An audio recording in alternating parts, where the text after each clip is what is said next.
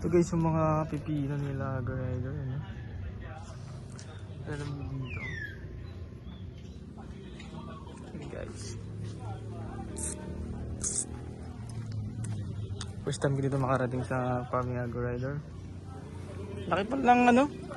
Farm ni Agri no. Ganda nito oh. Ganda. Nice. Okay guys, so para ka na sa Japan. Ayun, nakita niyo. Para ka na sa Japan. Sa Japan ka na ngayon. Ayun, dito yung maraming ampalaya. Ayan. Dito yun.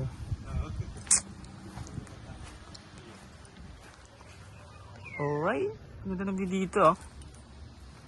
Ampalaya. Tiago Rider. Punta na kayo dito guys. Dito lang sa Santo Domingo. Sa part ng simbahan na yata ito eh.